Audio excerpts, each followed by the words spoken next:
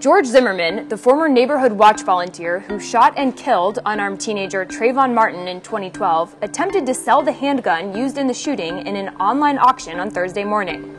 Then, within hours of the auction going live, the listing was abruptly deleted from the website.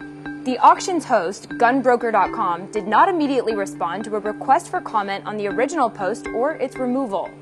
Zimmerman, who referred to the handgun as an American firearm icon, recently got the gun back from the Justice Department, which confiscated it after Zimmerman was acquitted in Martin's fatal shooting in 2013. The listed opening bid for the 9mm Kel-Tec PF9, a make and model that usually sells for around $350 new, was $5,000. The posting was viewed 200,000 times before it was deleted. Later on Thursday, the gun was on the online auction block again, this time with the site called unitedgungroup.com. The site's founder tells the Journal that Mr. Zimmerman verified his identity and unitedgungroup.com plans to allow the auction to proceed. In describing his motivation for the auction, Zimmerman told a Florida TV station, quote, "If I sell it and it sells, I move past it. Otherwise, it's going in a safe for my grandkids."